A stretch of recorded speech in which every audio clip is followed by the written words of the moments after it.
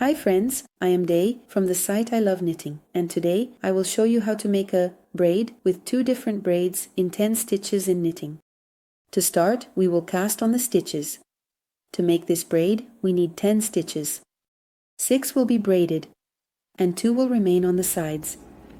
The first and 5th rows are the same. We knit 2 stitches, then we make 6 stitches in knit. And to finish, we knit 2 stitches again. The 2nd, 4th, 6th, and 8th rows are also the same. We will knit 2 stitches in knit, then 6 stitches in purl, and finish with 2 stitches in knit. In the 3rd row, we start with 2 knits, and then we will transfer 2 stitches to a cable needle and hold the front of the work. The next 2 stitches, we knit as 2 purl stitches. We return the stitches to the front and knit 2 purl stitches on them. We finish with 2 purls again and 2 knits for our first twist.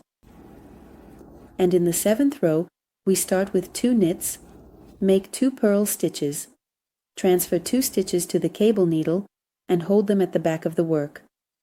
We make 2 purls on the next 2 stitches. We return the stitches that were behind the work.